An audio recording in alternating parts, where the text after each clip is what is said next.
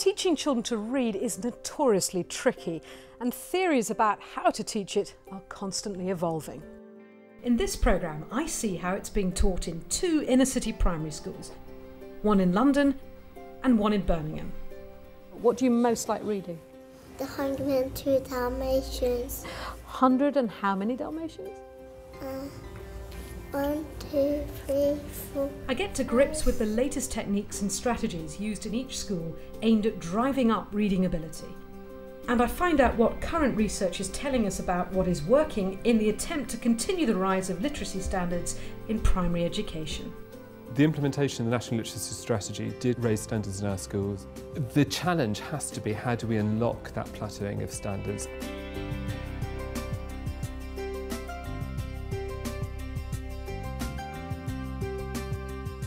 She's made a heart-shaped cake. That would be nice. I once made a heart-shaped cake. Esther is a pupil at Woodbury Down Community School in Year 1. She lives with her family, including younger brother Daniel, in North London. 100 miles away, Hasib goes to Starbank Primary School in Birmingham. We asked them to give us some help with this documentary, along with their Year 1 classmates. Esther and Hasib have learnt to read in different ways, but they have one thing fundamentally in common. Phonics. Good morning, Year 1. Good morning, Miss Simon. Okay, are you ready to do your speed sounds? Here at Woodbury Down Community Primary School, phonics has been a central part of their attempt to raise standards, and they've had incredible success. I'm going to point to the speed sound, you're going to say it. Beautiful. There are 400 kids here, many from difficult backgrounds. Greg Wallace, the head, has turned it around, raising the number of children achieving the required Key Stage 1 in English from 69% to 94% in 1 year. Eyes, nose, roof, roof. Test results were really low in 2001, and that's the year that I became the head teacher. During the course of that first year, I realised that what was going on, which was lots and lots of different things, wasn't working. And towards the end of that summer, we were looking around for something that was going to quite quickly turn that situation around. And the answer to that was definitely synthetic phonics, and a very rigorous approach to synthetic phonics as well. See, when I left university, I don't know, I'm quite embarrassed to say this, but actually I had no idea on how you taught young children to read. And so for the first 2 years of my teaching career, I read books to children and hoped a love of reading would encourage them to read. And it didn't, and they didn't learn to read. One of the things that really struck me about what you shouldn't be doing in school was let them be attracted into reading by the power of books, because that on its own doesn't work. It's really important, the love of literature, but if I can't read, I'm never going to be able to access those texts. What's important when you start to implement anything is that you do it absolutely wholeheartedly, and that you have the training, you get the commitment, and it's not about an option. This is a method that you can use if you want to. If you work here, this is the method that you will use to teach every child to read, because every child will learn to read. This is a good way of doing it. We'll give you all the support to enable you to do that, but this is what you do, and you stick to that till they can read, and then all sorts of other things can happen. Consistency is the word. For some teachers, the decision of the government to implement synthetic phonics at the heart of the curriculum seemed like a worrying top-down imposition of a method of teaching that had been in and out of fashion for 50 years. I like the boat. There is more than one way of teaching synthetic phonics, but the very principle has its critics who say it doesn't teach meaning or a love of reading, and that it won't work for all pupils. The notion in synthetic phonics that it's this really kind of 1950s, just chant the sounds and everyone learns to read, it isn't like that, and you'd be an appalling teacher if you did that. All those people that criticise phonics, all they actually show is that they're ineffective teachers because they've never taught it properly.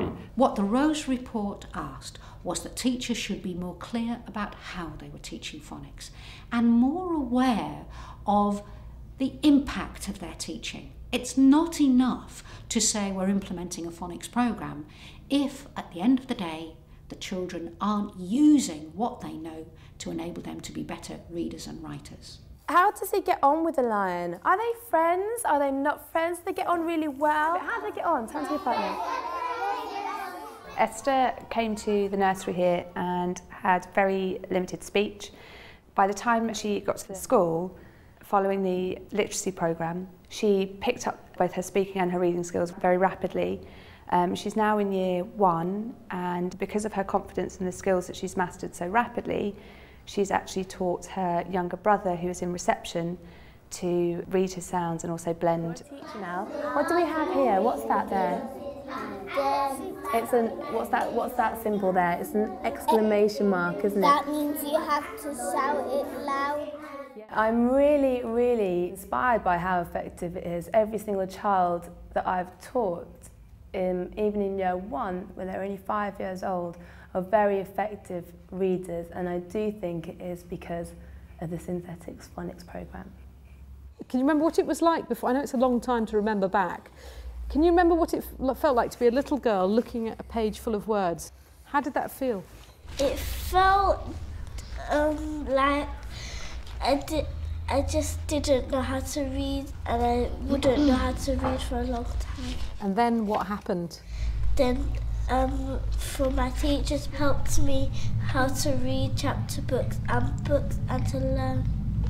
And now, what do you think about reading? It's amazing. Having spent a day here at Woodbury Down, I'm impressed not just by the level of engagement of the children, but also the speed at which they appear to be learning.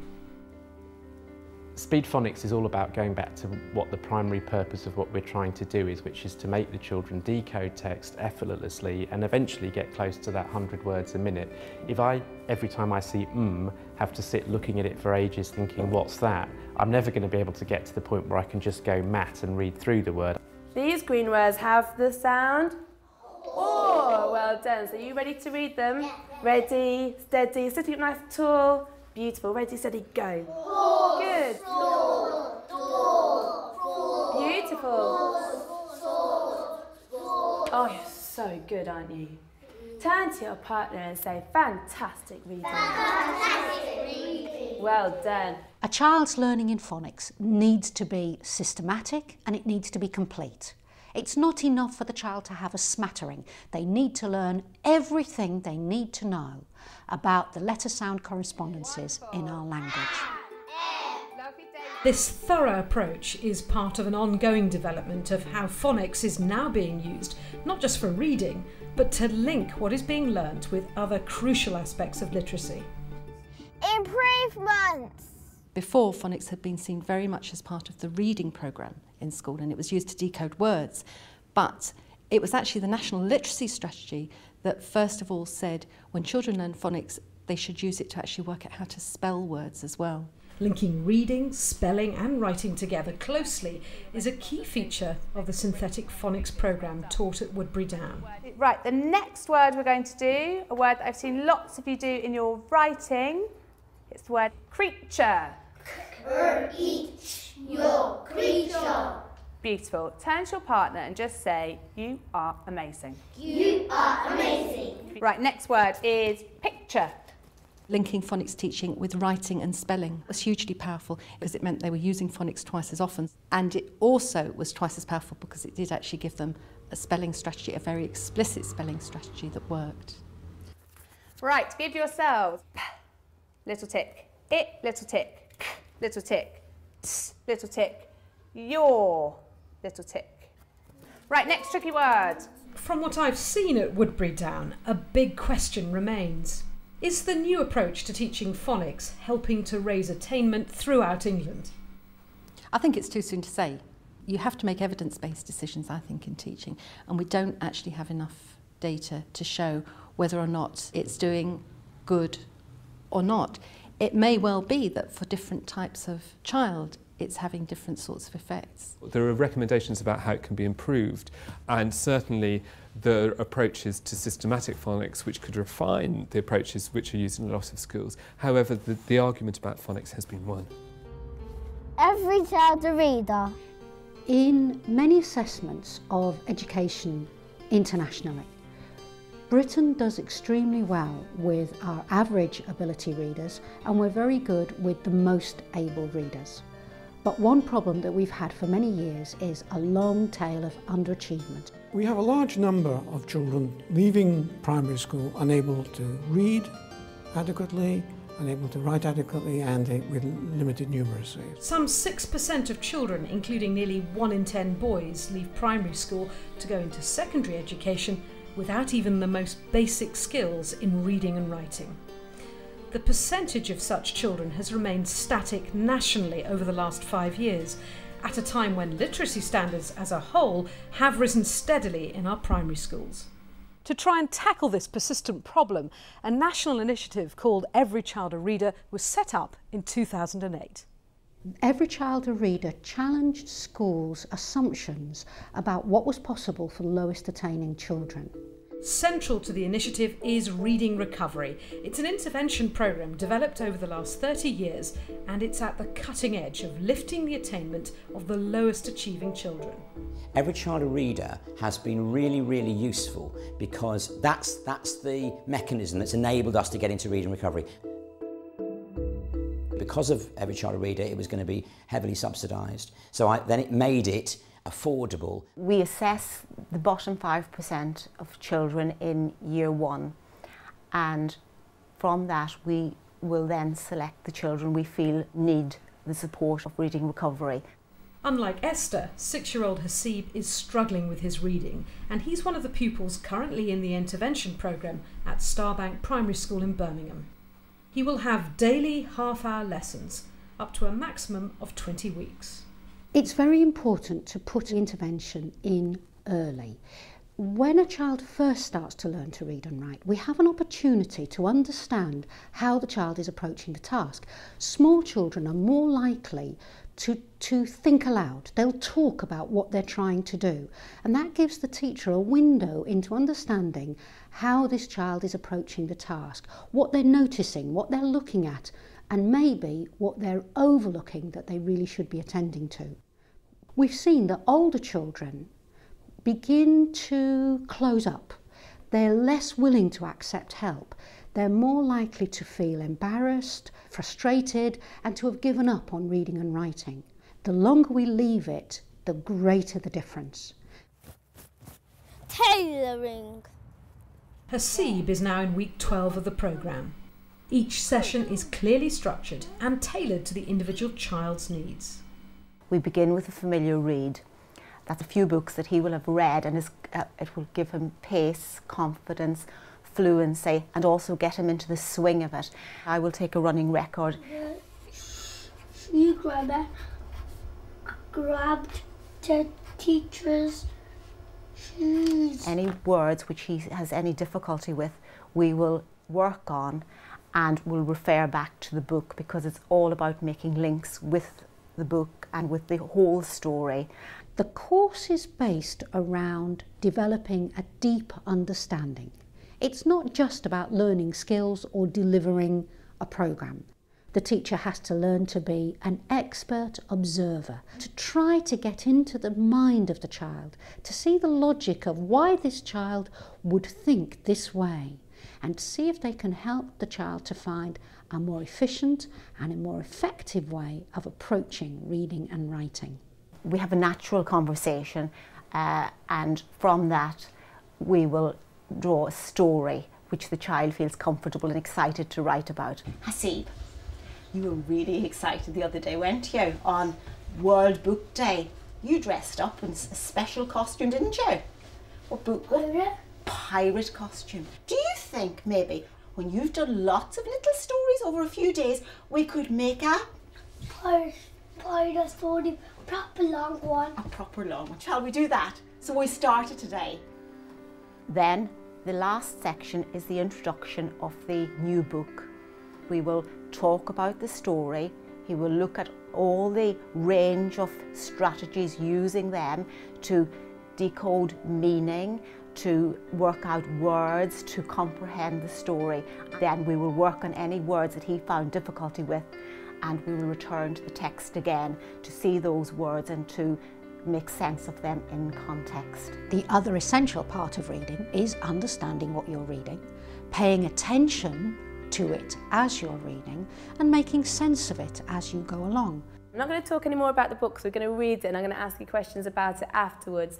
But first of all, before we go back and just do our reading, I want to ask you about this sentence here. Aaron, what does this sentence mean? What does this saying mean? One good turn deserves another. It means if you do something good to someone, something good one day will happen to you. Do you know, Aaron, I think you need to give me a handshake, because not only was that the correct answer, but it was a really, really good, well-formed sentence that you just told me. Good boy, Aaron. We know that if a child's comprehension is bad at 7, it is very, very highly likely to be bad at 17. And it's very difficult to find out effective ways of intervening with children who have very poor comprehension. And we also know that teachers are not always terribly reliable at recognising children with poor comprehension, particularly if the child is very good at decoding.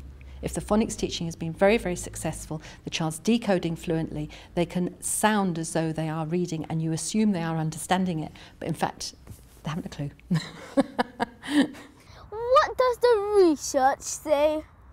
The research indicates that a technique called reciprocal teaching in comprehension is quite helpful.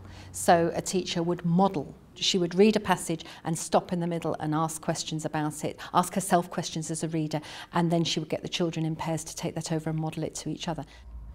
What is partner work?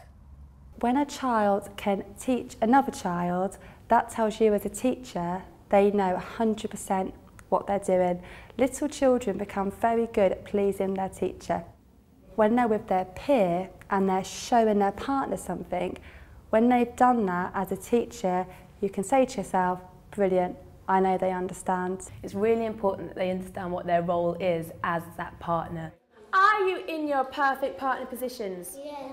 Are your chairs tucked in, Polly? Is your book in between both of you?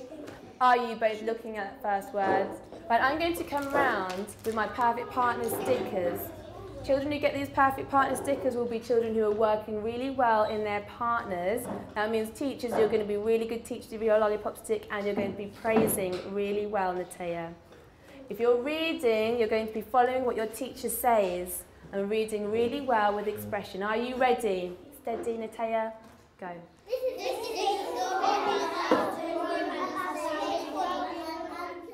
Even good teaching techniques in the whole class environment do not always work for all children, and some do require more direct attention when they're experiencing difficulty. By teaching them one-to-one, we can make sure that the whole time we are working with what this child needs to think about, needs to know, and needs to attend to. And it is a much more efficient and faster way of teaching that child. An added benefit at each school using the Reading Recovery Intervention programme is a positive effect not only on the one-to-one lessons, but on the whole school. A reading recovery teacher supports the very lowest attaining children, but their training and their professional expertise puts them in a position to provide a wider range of support in the school to enable, for example, teaching assistants, classroom teachers, anyone involved in early literacy, to find more effective and more efficient ways of supporting a wider range of children. So every child a reader has reading recovery at its heart, but is more than just reading recovery. We're seen as sort of being the experts in reading, and staff do come to us with children who are having difficulties or they're not sure where to go next. So it has permeated across the school. And I think as a school, it's just highlighted reading as being a vital skill. We are going to build a large group of staff who are really tuned in with children's reading. And since that still unlocks the door to everything else, it's sort of fundamentally important. Findings. In the third year of Every Child a Reader, those children who finished the course, on average, moved on from a reading age of 4 years and 10 months to a reading age of 6 years and 7 months, after 41 hours of one-to-one teaching. Between 2007 and 2008, schools that were involved in Every Child a Reader showed better progress in their Key Stage 1 results in reading than the national trend. For Hasib, the programme has been a real success. Hasib is doing very well in class now. He's an independent learner. He's keen to learn lots of new things. The teacher is very happy with the progress he's making and sustaining that progress. And he is much more confident and much more interested in what's going on in class, in the learning environment around him. We were excited that they're going to take extra time out and, you know, help him improve his every day, half an hour. reading. It's good that Starbank School are doing that, pulling up kids that are lacking. Because when we were kids, we never had that, you know. So I think they're doing a good job. Before, he wasn't putting much effort in. He'll be there and he'll mumble anything. But now he's going through the word, each word, like, you know, try to make you up and, you know. He has lots of confidence to read. With his reading and with his program, he's improved his behaviour as well. Before, like, the teacher will say every day when I used to come pick him up, oh, he's done this today, he's done that. And since he's been in the classes, not even once this complaint has been made against him. So he's done quite good. We're really proud of him. The home learning environment. At both Starbank and Woodbury Down primary schools, parental involvement has been key to some of the success they've had with their early years literacy programmes. I see parents have been very involved. We got their agreement and understanding of what Reading Recovery Programme is about, and their input as well, which is vital, that the parents support this, because we send the books and the story home at night, and we want those parents to become involved and work with their children and encourage them to read as much as possible. Parents are absolutely key to children, and the parents are going to be with the children for much longer than we are. So just how important is the home learning environment? Well, the Millennium Cohort study conducted by the Institute of Education has tracked 19,000 British children who were born at the start of the 21st century. The survey found that children with parents who read to them daily at the age of 3 were more likely to flourish when they started primary education, and they were ahead of their peers, more than 2 months ahead, not only in language and literacy, but also in maths. The home learning environment is very important. In our research, we've looked at a large number of children over a long time and looked at the factors affecting their learning ability, family, social class, parents' education, and so on. And we found that the home learning environment is the most powerful effect of all.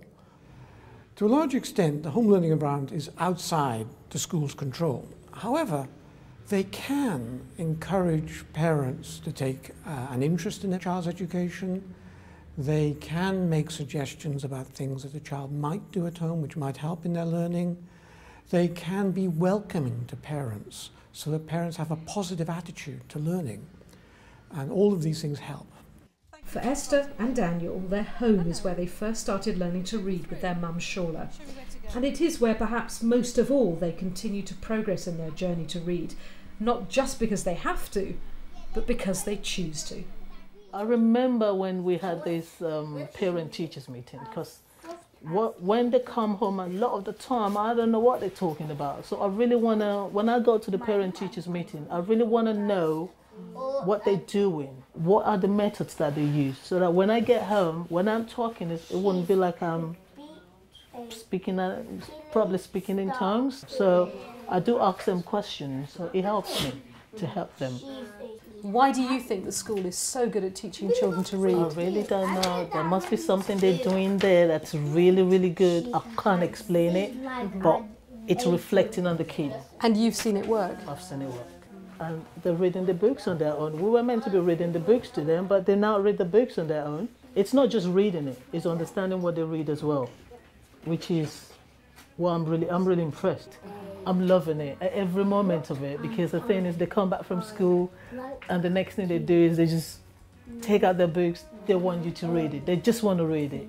100% literacy. The figures seem to suggest that there's still a lot to achieve. I mean, how would you like to see that being done? If we are to raise standards in our primary schools, we have to build on the basis that there is a general acceptance that phonics is the approach to teaching children to read, in which case we can begin to look imaginatively and creatively about how other resources are brought into play. From our perspective, the fundamental resource needs to be the family. We can certainly capitalise on what's been learnt in the last 10 to 15 years on the importance of the home, the preschool and the school, and exactly what factors in those environments are important. And that will lead to steps forward if we act appropriately on them. We need to give our kids the best start that we can. That's why we're investing so much in the early years. It's a great feeling. It's really satisfying knowing that these children are able to read and comprehend. As a teacher, I know that is my responsibility, that's my duty. It gives me a phenomenal amount of satisfaction. It's just wow, I tell you. This is an exhausting thing to watch, and there's no way you could do it day in, day out, unless you actually believed in it mattering deeply. So tell me what motivates you. I think my motivation for developing literacy in schools is that I know that if these children in this estate in Hackney have good literacy levels, it will change their lives. It will change their lives on a whole range of ways. Learning to read in the early years matters so much because being an efficient and an enthusiastic and a skilled reader and writer is at the heart of everything in education. Without that, nobody's going to make any progress. But it's really important that children learn it early, they learn it quickly, and they learn it in a way that is enjoyable, because they have to be able to not just do reading and writing, but really engage with it, really enjoy it, and be prepared to explore ideas through both reading and writing.